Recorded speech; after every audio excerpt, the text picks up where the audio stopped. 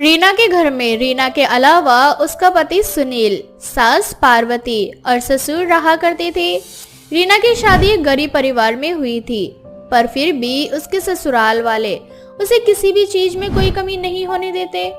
रीना के घर में ज्यादा काम नहीं था, पर फिर भी जब भी खाना बनाने की बात आती थी तो रीना का मुंह बन जाया करता था।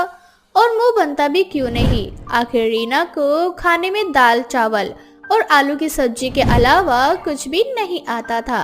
ऐसे ही एक दिन, बहू आज खाने में क्या बना रही हो? पापा जी दाल चावल।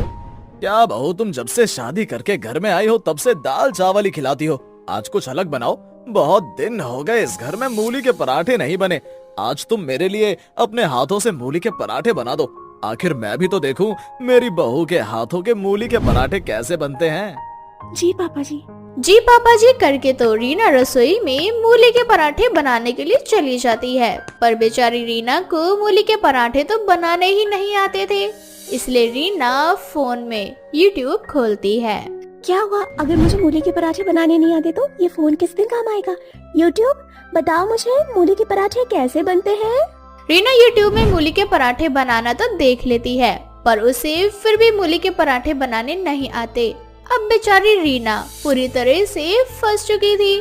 रीना के मायके वाले अच्छी फैमिली से थे, पर रीना का ससुराल बहुत गरीब था। पर सुनील बहुत अच्छा था, इसलिए रीना के माँ बाप ने उसकी शादी सुनील से करवा दी और रीना के ससुराल वालों को झूठ बोला कि रीना को सारा काम आता है। ये सब कुछ माँ की वजह से हुआ है। माँ ने तो झूठ झूठ तक कह दिया था मेरे ससुराल वाले से कि मुझे सारा काम आता है। पर मुझे डर लग रहा है, अगर मेरे ससुराल वालों को पता चल गया कि मुझे खाने में सिर्फ आलू की सब्जी और दाल चावल के अलावा कुछ नहीं आता तो मेरा क्या होगा? अब क्या करूँ रीना, कुछ सोच। रीना ये सब कुछ सोच ही रही होती है कि तभी उसके दिमाग में जोमेटो से खाना ऑर्डर करने का ख्याल आता है। आइडिया, आखिर ये जोमेटो कब काम आएगा? रीना तो शादी के पहले भी तो जोमेटो से खाना ऑर्डर करती थी, तो अब क्यों ना करूं? और वैसे भी मेरे ससुराल वाले थोड़ी गरीब है, तू थोड़ी ना गरीब है। अब क्या था, अब बिना कोई देरी करे रीना फटाफट जोमेटो से मूली के पराठे ऑर्डर कर लेती है और रात के खाने के टेबल पर मूली के पराठे सर्व करती है। अरे वाह रीना, क्या बात है, आज तुमने दाल चावल के बदले मूली के पराठे बनाए हैं। मजा ही आ गया। कैसे ना बनाते सुनील जी, आखिर जब से मैंने शादी करके इस घर में आई हूँ तब से पहली बार पापा जी ने मुझसे खाने के लिए कुछ मांगा था, बस इसीलिए मैंने आज मूली के पराठे बनाए। अगर ऐसी बात है ना बहू, तो तू कल खाने में सांभर और डोसा बना लेना, क्योंकि बहुत समय हो गया है खाए हुए। क्यों जी? हाँ, क्यों नहीं। ठीक है मम्मी जी, जैसा आप कहें। हे भगवान, अब क्या करूँ? सांभर डोसा कैसे बनाऊँ? आज तो जोमेटो के बदौलत घर वालों को खाना दे दिया, लगता है कल फिर से जोमेटो की ही मदद लेनी पड़ेगी। और होता भी ऐसा ही है। अगले दिन भी रीना खुद से सांभर डोसा ना बनाकर जोमेटो से सांभर डोसा ऑर्डर कर लेती है और सभी घर वालों को यही लगता है कि रीना ने सारा खाना खुद बनाया है।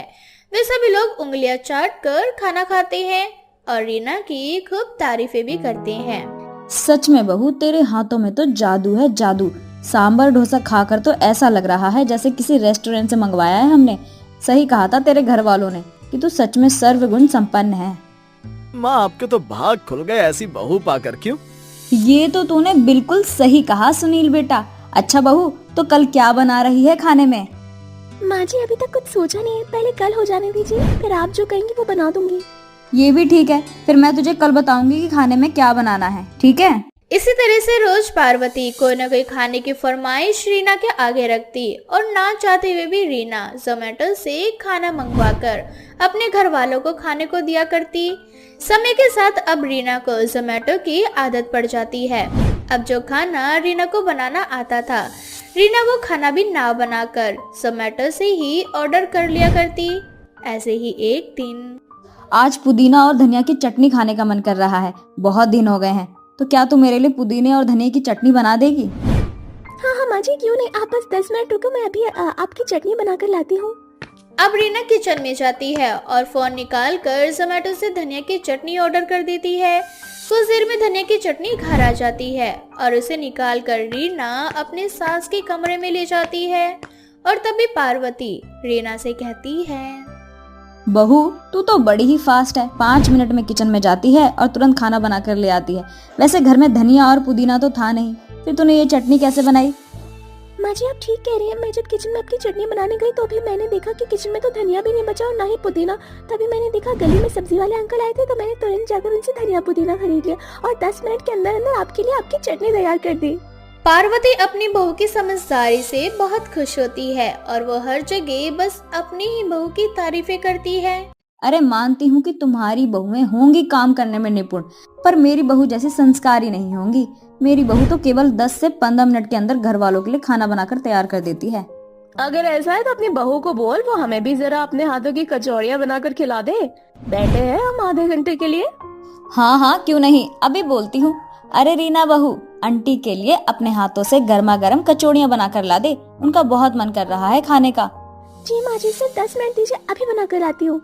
इस तरह से एक बार फिर रीना जोमेटो से कचौड़ी ऑर्डर कर लेती है और अपने पड़ोस की आंटी को खिलाती है, जिसके बाद सभी मोहल्ले वाले रीना की तारीफें करने लगते हैं।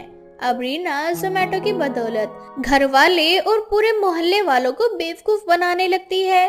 पर कहते हैं ना, बलि का बकरा कब तक खैर बनाएगा। अब रीना के सारे पैसे भी खत्म होने को आ गए थे, जिस वजह से वो जोमेटो से खाना ऑर्डर नहीं कर पाती। और एक दिन, हे भगवान मेरे तो सारे पैसे खत्म हो गए, लगता है अब सुनील जी से मांगने पड़ेंगे। इतना सोचकर सुनील के पास रीना जाती है और सुनील से पैसे मांगने लगती है, जिस पर सुनील रीना से बोलता है, रीना तुम्हारा ऐसा भी क्या खर्चा है कि तुम्हें पैसे की जरूरत पड़ गई? रीना तुम जानती हो ना हमारे घर की हालत, हम तुम्हारे घर की तरह नहीं है, पर फिर भी मैं कोशिश करता हूँ कि इस घर को और तुम्हें किसी भी चीज की कमी ना होने दूं, इसलिए मुझसे अभी पैसे मत मांगो। सुनील जी मुसीबत कभी भी बताओगे थोड़ी आती है, और वैसे भी मेरे पास पैसे रहेंगे तो कल को आपके ही काम आएंगे। इस तरह से रीना सुनील से पैसे ले लेती है और रात का खाना जोमेटो से ऑर्डर करती है। पर इस बार जब रीना छुपकर जोमेटो वालों से खाना लेने जाती है तो उसकी सास उसे देख लेती है। बहू तू हमें इतने दिनों से जोमेटो का खाना खिला रही थी, इसका मतलब कि तेरे घर वालों ने हमसे झूठ कहा, तुझे खाना बनाना नहीं आता? हाँ माँ जी। इसका मतलब मैं जिसे फास्ट बहू समझ रही थी वो तो जोमेटो वाली बहू निकली। अरे भगवान, सत्यानाश हो इन जोमेटो वालों का। बहू तू तो जानती है ना कि हमारे घर की हालत कैसी है, और हम तेरे मायके वालों की तरह इतने अमीर नहीं हैं, फिर भी तू 1 महीने तक पैसों की बर्बादी करती रही।